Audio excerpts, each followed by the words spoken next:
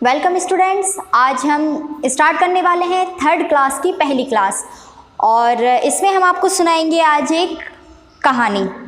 और हमारी कहानी का शीर्षक है आदर्श भाई भरत।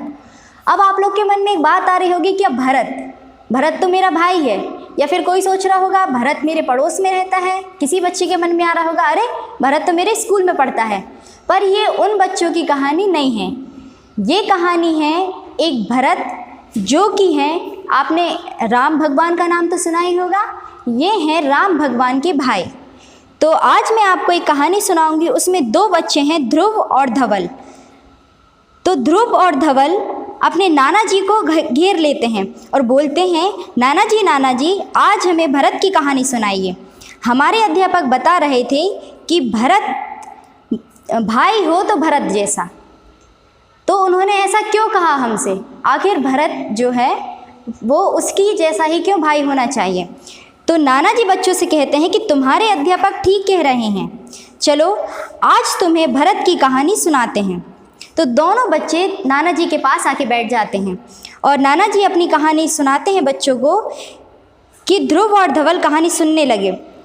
कौशल के राजा दशरथ की 3 पत्नियां थीं।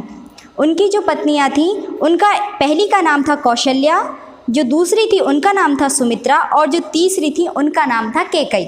और कैकई के जो पुत्र थे, पुत्र यानी होता है बेटा, कैकई के जो पुत्र थे उनका नाम था राम और सुमित्रा के पुत्र थे लक्ष्मण और शत्रुघ्न और कैकई के पुत्र थे भरत।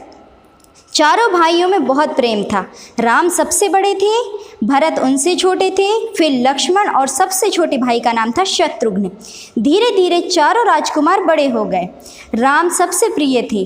राजा दशरथ ने राम को राज सिंहासन सौंपने का निर्णय लिया। राज सिंहासन का मतलब होता है कि उनका जो अयोध्या था पूरा नगर, उसको उनके पिता ही चलाते थे और उस पर जो एक गद्दी यानी कि एक जिस पे वो बैठ के शासन करते हैं और पूरे अपने अयोध्या को संभालते थे, तो उन्होंने कहा कि अब ये सारा निर्णय मैं राम के हाथों में सौंप दूंगा। उन्होंने इसकी घोषणा कर दी। राम को राजा के रूप में देखने के लिए सभी बहुत उत्सुक थे, परंतु कैकई भरत को राजा बनाना चाहती थी। कैकई जो थी अपने बेटे भरत को राजा बनाना चाहती थी। राजा दशरथ ने कैकई को बहुत मनाया, परंतु कैकई ना मानी। राम बहुत महान थे। राम को राज सिंहासन छिन जाने का जरा सा भी दुख न पहुंचा। पिता की आज्ञा का पालन करने हेतु राम, लक्ष्मण और सीता वन को चले गए। अब आप सोच रहे होंगे सीता कौन थी? तो सीता जी हैं राम जी की पत्नी। भरत शत्रुघ्न के साथ ननिहाल गए हुए थे। ननिहाल का मतलब होता है वो अपने नाना नानी के घर गए हुए थे। राम के चले जाने के दुख में राजा दशरथ की मृत्यु हो गई। भरत और शत्रुघ्न जब अयोध्या वापस लौट कर आए तब भरत को सभी बातों का पता चला। भरत ने माता कैकई को बहुत ही भला बुरा कहा और राम को लाने चित्रकूट जा पहुँचे। राम को जब वन जाना पड़ा तो वो चित्रकूट में जाकर रहते थे और जो भरत थे उनके भाई वो राम को लेने वापस गए थे। वे राम के चरणों में गिरकर खूब रोए। उन्होंने राम से अयोध्या लौट चलने को अनुरोध किया यानी उनको मनाया। राम ने भरत को समझाया, मैं पिताजी के वचनों का पालन करने के लिए वन में आया हूँ। मैं यहीं रहूँगा और 14 वर्षों के बाद ही अयोध्या लौटूंगा। उनको 14 वर्षों के लिए वन में रहने के लिए कहा गया था। तुम अयोध्या पर जाकर शासन करो, यानी कि जो शासन पहले राम को दिया जा रहा था तो राम ने कहा कि तुम जाकर उस राजपाट को संभालो।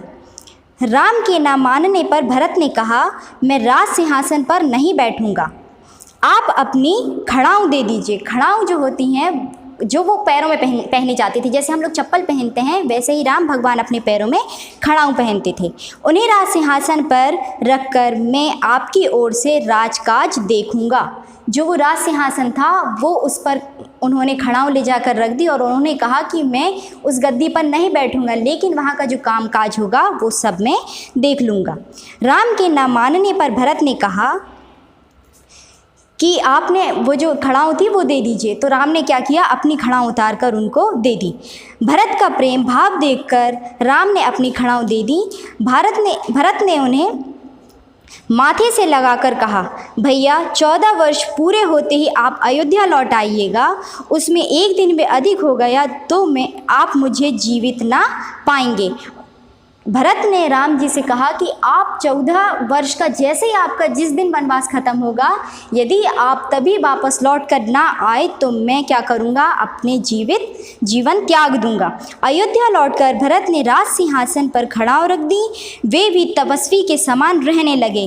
तपस्वी के समान जैसे राम, सीता और लक्ष्मण जी वन में जिस तरीके से रहते थे, खाते थे, सोते थे, वैसे ही भरत भी अयोध्या में आकर उसी तरीके से अपना जीवन व्यतीत कर रहे थे।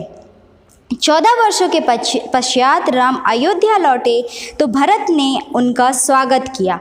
नाना जी ने ध्रुव और धवल से कहा, तुम भी सदा राम और भरत के समान एक दूसरे से प्रेम रखना। भरत जैसा भाई पाकर राम धन्य हो गए थे। भाई भाई में ऐसा ही प्रेम होना चाहिए। तो हमारी कहानी यहाँ ख़त्म हो गई है और इस कहानी से हमें जो सबसे बड़ी शिक्षा मिली है वो यह मिली है कि हम आज के समय में देखते हैं कि भाई भाइयों के आपस में बहुत झगड़े होते हैं। यदि आपके भी छोटे भाई या बड़े भाई हैं तो आप लोग भी किसी न किसी बात से उनसे लड़ाई झगड़ा करते रहते हैं। लेकिन हमें यदि रहना है तो हमें भरत और राम जी के जैसे रहना चाहिए। जैसे उन्होंने एक दूसरे के साथ प्रेम से रहते थे, एक दूसरे की सारी बातें मानते थे, वैसे आप लोगों को भी अपने भाइयों की बात माननी है। और मैं आपको इसी कहानी के साथ एक चीज़ और बताना चाह रही हूँ कि अभी हमने जो दिवाली मनाई है उसका भी इस कहानी से एक रिलेशन है। कि मैंने आपको अभी बताया कि राम जी वापस जब लौट कर आए थे तो अयोध्या वासियों ने अपनी पूरी अयोध्या में, अपने घर में, बाहर, सब जगह पर बहुत सारे दीपक जलाए हुए थे और बहुत ही खुशियों से राम भगवान का, सीता जी का और लक्ष्मण जी का अयोध्या में स्वागत किया था। और उसी दिन से जब वो लौटे थे तो उसी दिन को दीपावली के रूप में मनाया जाने लगा है। आपको ये कहानी कैसी लगी? आई होप अच्छी लगी होगी। फिर मिलेंगे नेक्स्ट वीडियो में। Thank you.